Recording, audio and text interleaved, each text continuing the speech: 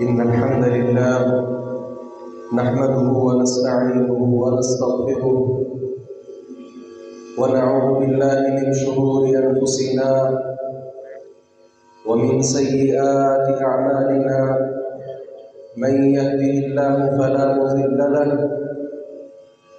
ومن يضلل فلا هادي له، وأشهد أن لا إله إلا الله وحده لا شريك له، وأشهد أن محمدًا عبده ورسوله. يا أيها الذين آمنوا اتقوا الله حق تقاته ولا تموتن إلا وأنتم مسلمون. يا أيها الناس اتقوا ربكم الذي خلقكم من نفس واحدة وخلق منها زوجها وبث منهما رجالا كثيرا ونساء، واتقوا الله الذي تساءلون به والأرحام، إن الله كان عليكم رقيبا. يا أيها الذين آمنوا اتقوا الله وقولوا قولا سديدا يصلح لكم أعمالكم ويغفر لكم ذنوبكم، ومن يطع الله ورسوله فقد فاز فوزا عظيما. أما بعد، فإن أصدق الحديث كتاب الله، وأحسن الهدي هدي محمد صلى الله عليه وسلم، وشر الأمور محدثاتها، وكل محدثة بدعة، وكل بدعة ضلالة، وكل ضلالة في النار. بسم الله الرحمن الرحيم. قاف والقرآن المجيد، بل عجبوا أن جاءهم منذر منهم فقال الكافرون هذا شيء عجيب، أئذا متنا وكنا ترابا ذلك رجع بعيد. قد علمنا ما تنقص الأرض منهم وعندنا كتاب حفيظ. بل كذبوا بالحق لما جاءهم فهم في أمر مريج. أفلم ينظروا إلى السماء فوقهم كيف بنيناها وزيناها وما لها من فروج، والأرض مددناها وألقينا فيها رواسي وأنبتنا فيها من كل زوج بهيج، تبصرة وذكرى لكل عبد منيب. ونزلنا من السماء ماء مباركا فأنبتنا به جنات وحب الحصيد، والنخل باسقات لها طلع نضيد، رزقا للعباد وأحيينا به بلدة ميتا كذلك الخروج. كذبت قبلهم قوم نوح وأصحاب الرس وثمود وعاد وفرعون وإخوان لوط وأصحاب الأيكة وقوم تبع، كل كذب الرسل فحق وعيد. أفعينا بالخلق الأول بل هم في لبس من خلق جديد. ولقد خلقنا الإنسان ونعلم ما توسوس به نفسه، ونحن أقرب إليه من حبل الوريد. إذ يتلقى المتلقيان عن اليمين وعن الشمال قعيد. ما يلفظ من قول إلا لديه رقيب عتيد. وجاءت سكرة الموت بالحق ذلك ما كنت منه تحيد. ونفخ في الصور ذلك يوم الوعيد. وجاءت كل نفس معها سائق وشهيد.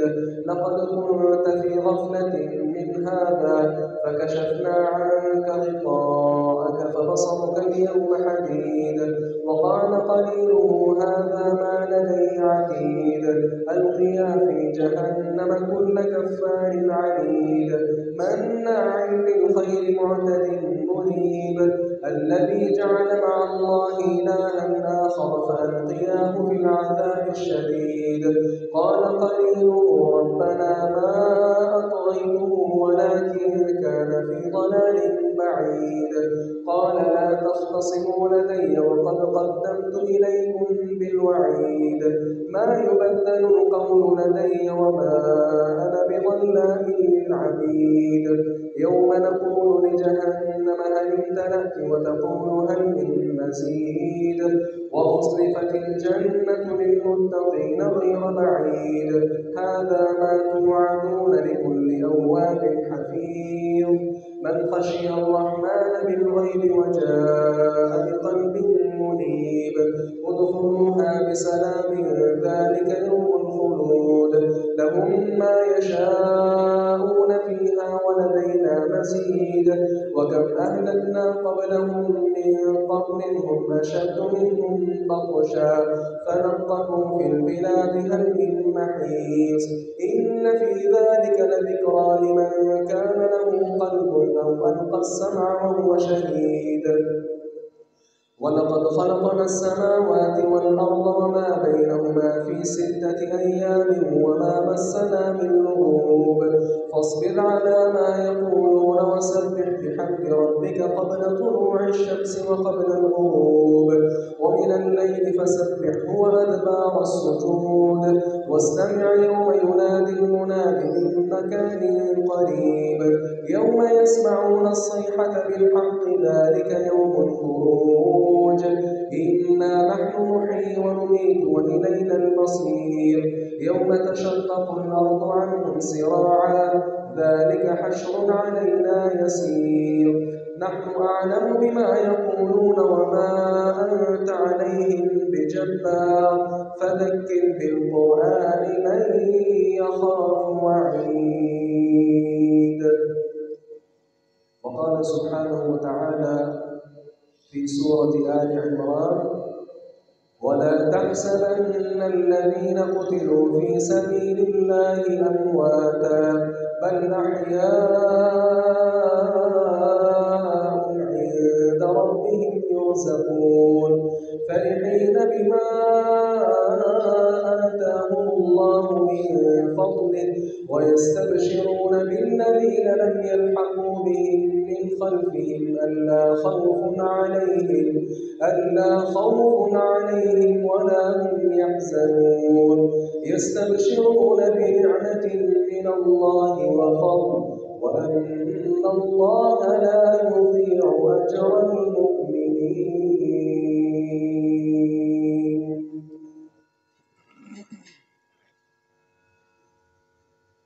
نهاية قابل قدر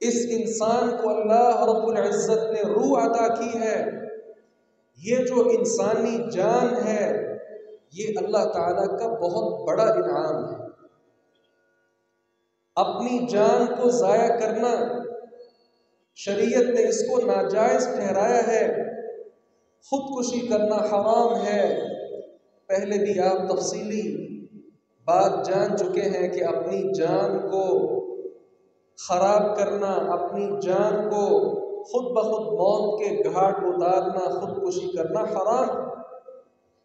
گویا اللہ رب العزت نے انسان کی جان کو محفوظ قرار دے دیا. تبھی تو انسان کا قتل بھی اللہ تعالیٰ نے حلال نہیں رکھا. کسی انسان کا خون بہانا، ایک خون کا قطرہ نکالنا بھی اللہ رب العزت نے اس بات کی اجازت نہیں دی، کیونکہ انسان کی جان بہت زیادہ قیمتی ہے. انسان کی جان بہت قیمتی ہے، اور جو ایک جان کو بچاتا ہے، اللہ رب العزت نے قرآن پاک میں فرمایا فَكَأَنَّمَا أَحْيَا النَّاسَ جَمِيعًا، جس نے ایک جان کو بچایا ایسے ہی ہے جیسے اس نے آدم کی ساری اولاد کو بچایا. اور اسی جان کے تحفظ کے لیے اللہ رب العزت نے اس بات کا بھی تذکرہ کیا، جس نے ایک انسان کو قتل کیا فَكَأَنَّمَا قَتَلَ النَّاسَ جَمِيعًا، اس نے ایک انسان کو نہیں بلکہ ساری انسانیت کو قتل کر دیا ہے. یہاں سے آپ اس بات کا اندازہ لگائیے کہ انسانی جان کی قدر و قیمت کس قدر زیادہ ہے.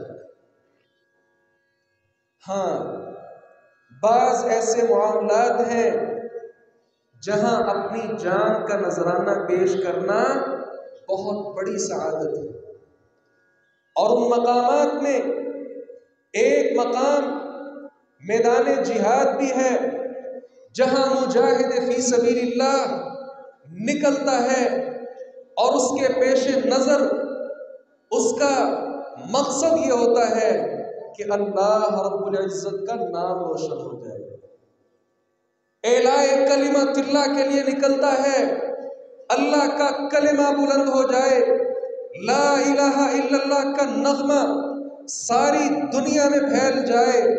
لا الہ الا اللہ کے سوا جتنے ترانے ہیں، جتنے نغمے ہیں، جتنے ادیان باطلہ ہیں، وہ سارے کے سارے زمین بوس ہو جائیں اور اللہ کا نام روشن ہو جائے. پیغمبر علیہ السلام کی رسالت کے لیے یہ انسان جسے مجاہد فی سبیل اللہ کہا گیا، وہ اللہ کے راستے میں لڑتا ہے تاکہ ہمارے نبی کو آپ رسول تسلیم کر لیں. اپنے مسلمان بھائیوں کی عزت، عصمت اور جان کے تحفظ کے لیے یہ انسان نکلتا ہے، اپنے دین اسلام کی چوکی داری کے لیے نکلتا ہے، اپنے ساز و سامان کی، اپنے ملک اور قوم کی حفاظت کے لیے یہ مجاہد اللہ کے راستے میں نکلتا ہے. جب یاد رکھیے اپنی جان کا نذرانہ پیش کر دیتا ہے، ایسے انسان کو شہید کا رتبہ اللہ رب العزت نے دیا ہے.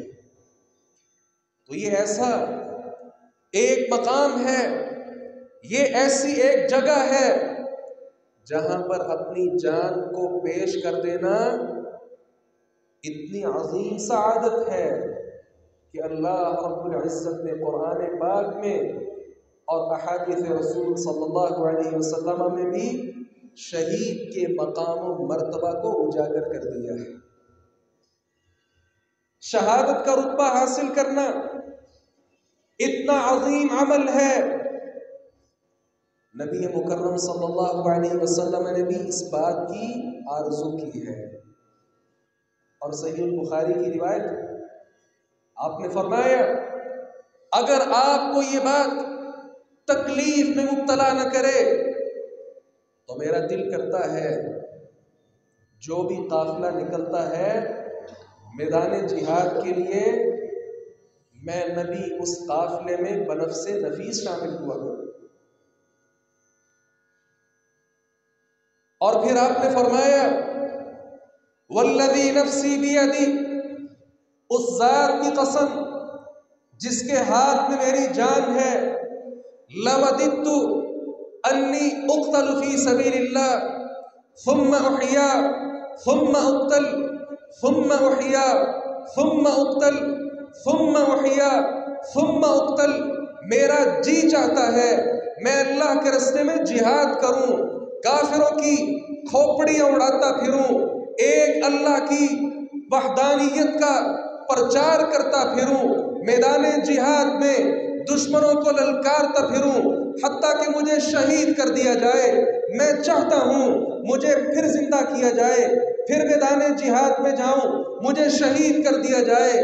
میں چاہتا ہوں مجھے پھر زندگی عنایت کی جائے، میں پھر میدان جہاد میں جاؤں، وہاں اللہ کے دشمنوں کو للکارتا ہوا جام شہادت نوش کر جاؤں، میرا تو یہ جی چاہتا ہے۔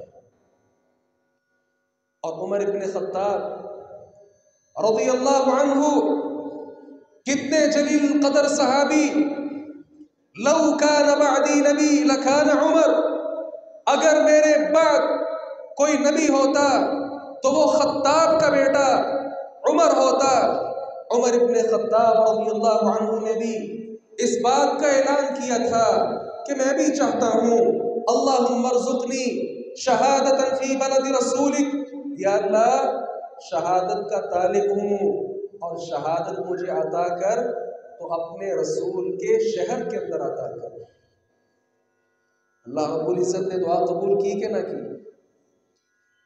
مدینہ طیبہ میں، اللہ کے نبی کے شہر میں، اللہ کے نبی کی مسجد میں، اللہ کے نبی کے مصلی امامت پر نماز پڑھانے والا یہ اللہ کا شیر فجر کی نماز پڑھا رہا ہے اور دشمن نے وار کر کے شہید کر دیا۔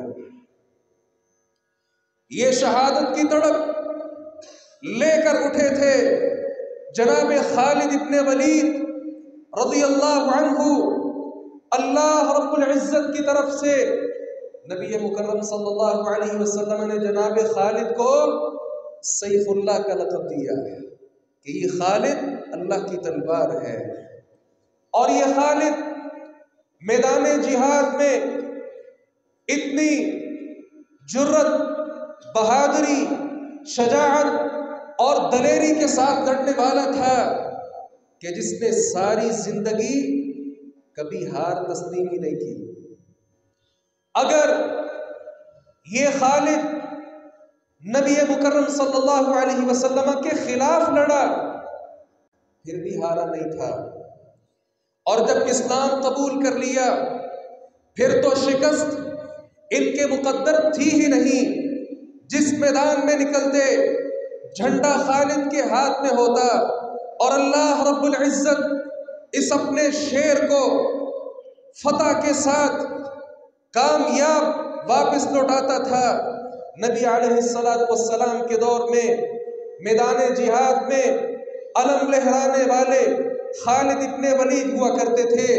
آپ فوت ہو گئے، ابو بکر کا دور آیا، میدان جہاد میں سپہ سالار اور چیف کمانڈر خالد ابن ولید ہوا کرتے تھے۔ عمر کا دور آیا، یہی وہ خالد اللہ کا شیر ہے جو میدان جہاد میں نکل جاتا، اس کے قدم اکھڑتے نہیں تھے، کافروں کو تغو تیغ کرتا ہوا اللہ کا کلمہ بلند کر کے چھوڑنے والا تھا۔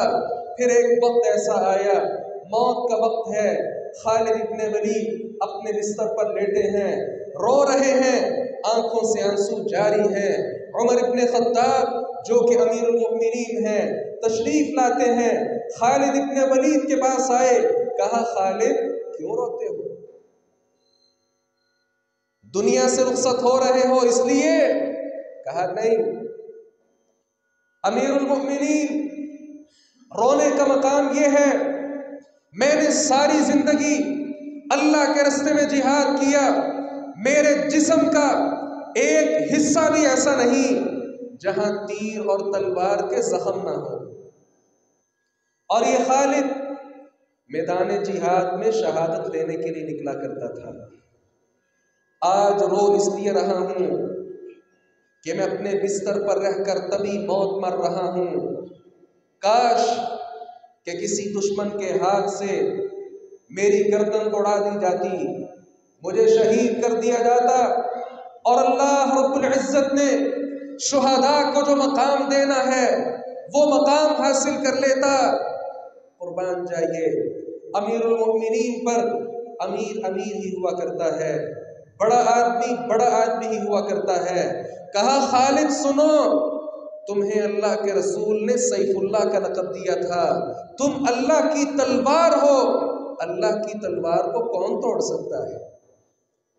جناب خالد ابن ولید اس بات پر خوش ہو گئے کہ میں اللہ کی تلوار ہوں اور اس تلوار کو توڑنے والا کوئی نہیں۔ بات کرنے کا مقصد یہ تھا کہ تمام صحابہ کرام شہادت کی تڑپ، شہادت کی تمنا اپنے دل میں لیے ہوئے اس دنیا سے رخصت ہوئے تھے۔ علی المرتضیٰ کو کون نہیں جانتا، جنہیں فاتح خیبر کہا جاتا ہے۔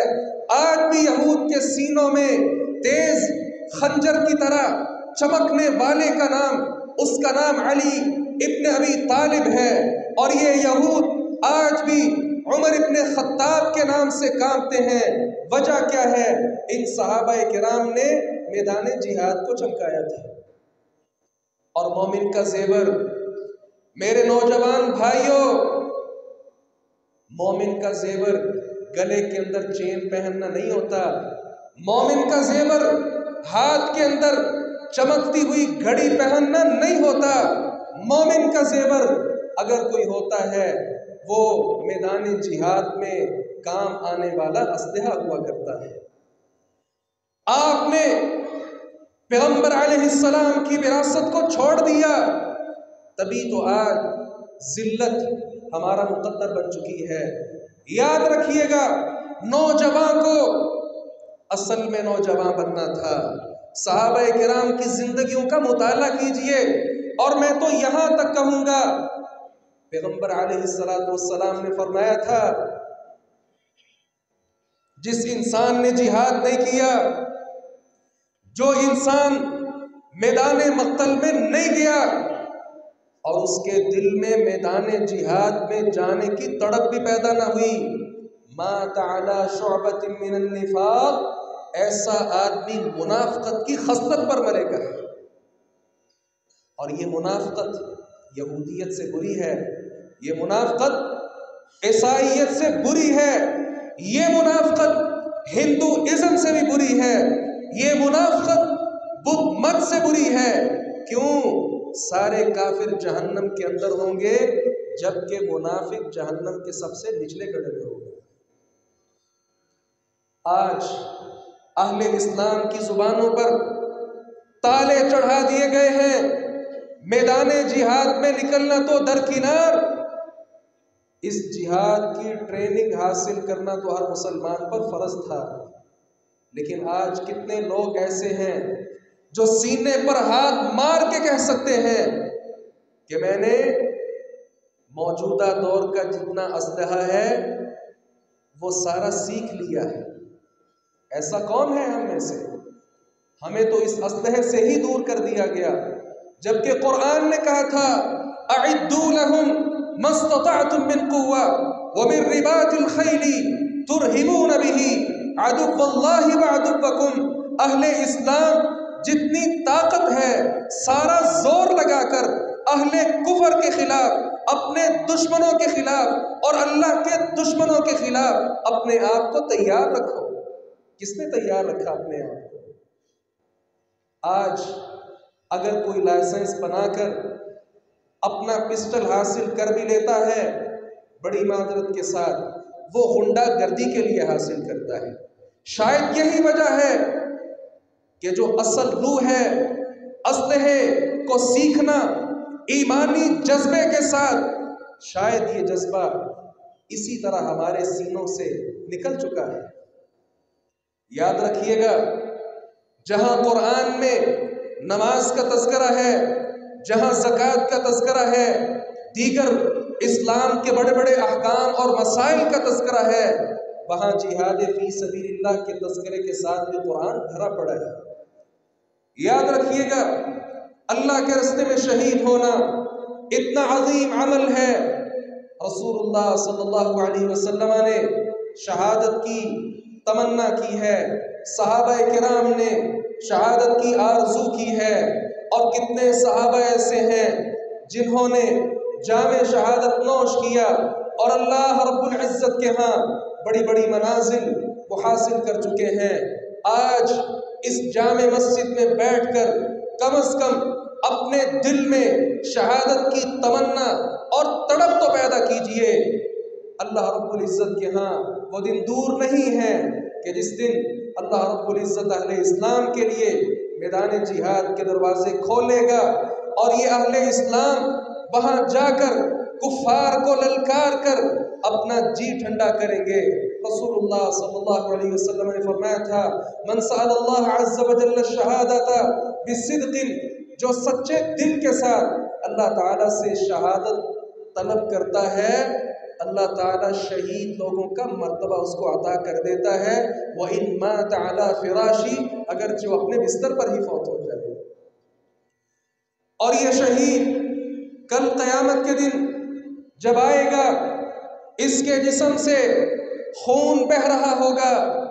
اللون لون الدم والریح ریح المسک، اس کا رنگ تو خون جیسا ہوگا، لیکن اس خون سے آنے والی خوشبو کستوری سے زیادہ اچھی ہوگی. اور یہ شہید اتنا عظیم آدمی ہے، اگر یہ شہید ہوتا ہے شہادت کے وقت، رسول اللہ صلی اللہ علیہ وسلم نے فرمایا اس کو اتنی ہی تکلیف ہوتی ہے جتنا کوئی کسی کو چیونٹی کاٹ لے یا کوئی آدمی ہلکی سی چٹکی کاٹ لے، اتنی سی تکلیف بس اس انسان کو محسوس ہوتی ہے. اور جو آدمی شہید ہو جائے اس انسان پر اللہ رب العزت کے مقرب فرشتے ملائکہ اپنے پروں کے ساتھ سایہ کر لیتے ہیں. رسول اللہ صلی اللہ علیہ وسلم کے ہاں ایک میت تھی جو شہید کی تھی، اس کے پاس رویا جا رہا تھا. آپ نے فرمایا مت رو، ما زالت الملائکۃ تظلہ باجنحتها، کیونکہ اللہ رب العزت کے فرشتے جب سے یہ شہید ہوا ہے اس کی لاش کے اوپر اپنے پروں کے ساتھ سایہ کیے ہوئے ہیں. اور یہ شہید جس کی روح نکل جاتی ہے، اس کی روح جنت میں چلنے پھرنے والے سبز رنگ کے پرندے ان میں ڈال دی جاتی ہے. اور اتنے یہ خوبصورت پرندے ہیں، اللہ رب العزت کے آسمان پر ان کے لیے قنادیل ہیں، قندیلیں ہیں، وہاں پر یہ رہتے ہیں اور اپنے من میں آئے جس مرضی درخت کے پاس جا کر جو مرضی پھل کھانے کی ان کو اجازت دی گئی ہے. 3 مرتبہ اللہ رب العزت نے انہیں جھانکا اور ان سے سوال کیا کیا چاہیے؟ انہوں نے کہا کچھ نہیں چاہیے، سب کچھ تو مل گیا ہے، جنت میں جہاں چاہتے ہیں اڑ کر چلے جاتے ہیں. اگر تو زیادہ ہی پوچھتا ہے ہمیں دنیا میں واپس بھیج تاکہ دوبارہ تیرے رستے میں اپنی گردن کٹوا کر آئیں اور یہاں آ کر مزید اجر تجھ سے حاصل کر لیں. اللہ رب العزت نے اس قدر شہداء کو جنت کے اندر آزادیاں عطا کر رکھی ہیں. اور یاد رکھیے گا یہ وہ شہید ہے اللہ کو اتنا پسند ہے، جیسے ہی یہ شہید ہوتا ہے اس کا پہلا قطرہ ابھی زمین پر گرتا ہے. نبی مکرم صلی اللہ علیہ وسلم نے فرمایا چند انعامات ایسے ہیں جو اس شہید کو عطا کر دیے جاتے ہیں. یغفر له فی اول دفعۃ من دمی، اس کا پہلا خون کا قطرہ گرتا ہے، اللہ رب العزت سارے گناہوں کو معاف کر دیتا ہے. وَيُرَى مَقْعَدَهُ مِنَ الْجَنَّةِ، جنت میں اس کا مقام و مرتبہ کہاں ہے، کیسا ہے، یہ سارا اس شہید کو دکھا دیا جاتا ہے. وَيُجَارُ مِنْ عَذَابِ الْقَبْرِ، اور تیسرے نمبر پر انعام یہ ملتا ہے اسے قبر کے عذاب سے بالکل محفوظ رکھا جاتا ہے. وَيَأْمَنُ مِنَ الْفَزْعِ الْأَكْبَرِ، اور قیامت کے دن جو بہت بڑی گھبراہٹ کا شکار لوگ ہوں گے، ایسے شہداء، ایسے مجاہدین ان کو گھبراہٹ سے بھی محفوظ رکھا جائے گا۔ وَيُحَلَّى حُلَّةَ الْإِيمَانِ، ایسے مجاہد اور شہید کو اللہ رب العزت ایمان کا خوبصورت لباس پہناتا ہے۔ وَيُزَوَّجُ مِنَ الْحُورِ الْعِينِ، اور اس انسان کی شادی اللہ رب العزت جنت میں موٹی موٹی آنکھوں والی نہایت خوبصورت 72 عورتوں کے ساتھ اس شہید کا نکاح کر دیتا ہے۔ عام جنتی کو 2 بیویاں ملیں گی، جبکہ شہید کا مقام اتنا زیادہ ہے، اس کو اللہ رب العزت نے کم از کم 72 حوریں عطا کرنی ہیں، اور اس کے ساتھ ہی وہ یشفع فی 70 انسانا من اقاربہ، اپنے عزیز و اقارب میں سے 70 افراد ایسے ہوں گے جن کے حق میں یہ شہید سفارش کرے گا، اور اللہ رب العزت جنت میں داخلے کی اس سفارش کو قبول فرما لے گا۔ جو انسان اللہ کے راستے میں لڑتا لڑتا شہید ہو جائے، اس شہید کو عام جنت نہیں ملتی، جنت کے بھی کوئی 100 کے قریب درجات ہیں، اور جتنا زمین سے آسمان تک فاصلہ ہے اتنا ہی ایک درجے سے دوسرے درجے تک فاصلہ ہوگا۔ اور شہید کو اللہ کے رسول صلی اللہ علیہ وسلم نے فرمایا تھا، جب وہ والدہ سیدنا حارثہ رضی اللہ عنہ کی آئی، اور یہ حارثہ وہ ہیں جو میدان جہاد میں بدر میں لڑتے ہوئے شہید ہو گئے۔ حارثہ کی والدہ نے پوچھا، اے اللہ کے نبی میرا بیٹا کہاں ہے؟ اگر تو جنت میں ہے صبر کرتی ہوں۔ رسول اللہ صلی اللہ علیہ وسلم نے فرمایا جنت کے بڑے درجات ہیں، سب سے اوپر والا درجہ جس کو جنت الفردوس کہا جاتا ہے، تمہارا بیٹا چونکہ شہید تھا اس لیے اللہ تعالیٰ نے اس کو جنت الفردوس عطا کی ہے۔ اور یہ جنت الفردوس مت سمجھیے گا کہ کوئی عام جنت ہے، یہ ایسا مقام ہے جہاں سے جنت الفردوس کے لوگ براہ راست اللہ تعالیٰ کا دیدار کریں گے، اور یہ دیدار جنت میں سب سے بڑا انعام ہوگا۔ اور شہداء کو لوگ ایسے ہی دیکھیں گے جیسے زمین پر اوپر انسان ستاروں کو دیکھتا ہے، جس طرح ستارے اتنے بلند و بالا ہوتے ہیں کہ انسان کو اپنی گردن اوپر کر کے دیکھنا پڑتا ہے، اسی طرح عام جنتی شہید لوگوں کو یوں دیکھیں گے۔ سبحان اللہ، اتنا مقام و مرتبہ بلند سے بلند اللہ رب العزت نے شہداء کو عطا کر دیا ہے۔ نبی مکرم صلی اللہ علیہ وسلم نے جب فرمایا نا کہ کچھ لوگ ایسے ہوں گے جس طرح ستارے ہیں اور نیچے سے لوگ ان کو دیکھیں گے، صحابہ کرام نے پوچھا کیا وہ انبیاء ہوں گے؟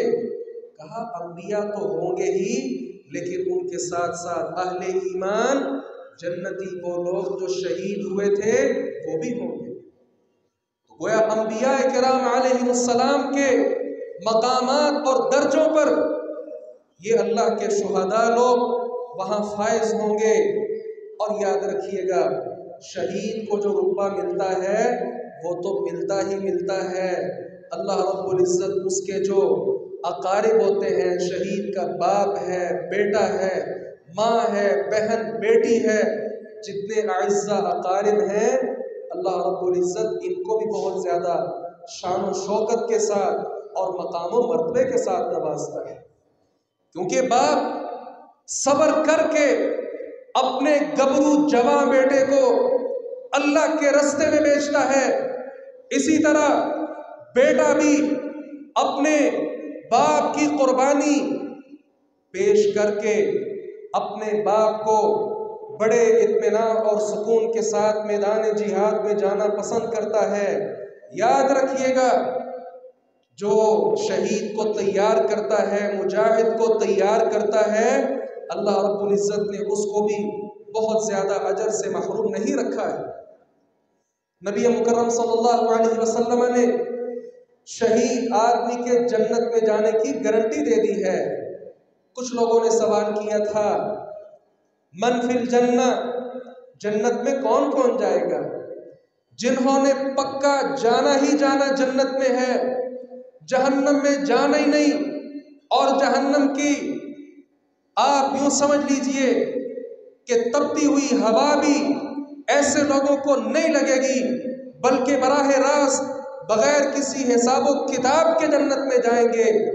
ان کنفرم جنتیوں میں رسول اللہ صلی اللہ علیہ وسلم نے مجاہد فی سبیل اللہ کا تذکرہ کیا، جو اللہ کے راستے میں شہید ہو جاتا ہے، کنفرم جنتی ہے، اس نے جنت میں جانا ہی جانا ہے۔ بقیہ لوگ ہو سکتا ہے کہ جہنم میں پہلے جائیں، اپنے گناہوں کا خمیازہ بھگت کر پھر وہ جنت میں داخل ہوں، لیکن شہید ایسا ہے کہ جس نے سب سے پہلے جانا ہی جنت کے اندر ہے۔ سبحان اللہ، جنت میں سب سے زیادہ خوبصورت اگر کوئی گھر ہے تو وہ شہداء کے گھر ہیں۔ رسول اللہ صلی اللہ علیہ وسلم نے فرمایا، رات کے وقت مجھے دو لوگ لے گئے، انہوں نے بہت زیادہ مجھے گھمایا پھرایا، ایک جبریل تھے اور دوسرے میکائیل تھے، ایک ایسے مقام پر لے کر گئے جہاں بڑے ہی خوبصورت گھر تھے۔ یہ صحیح البخاری کی صحیح روایت ہے۔ آپ نے کہا بڑے ہی شان و شوکت کے ساتھ اور بڑی خوبصورتی کے ساتھ ان گھروں کو تیار کیا گیا تھا۔ میں نے جبریل اور میکائیل سے پوچھا یہ گھر کس کے ہیں؟ انہوں نے کہا یہ شہداء کے گھر ہیں۔ شہداء کو جنت میں سب سے زیادہ خوبصورت محلات اور مکانات عطا کیے جائیں گے۔ یاد رکھیے گا، شہید کے جسم سے ٹپکنے والے یہ قطرے اللہ رب العزت کو بڑے ہی پسند ہیں۔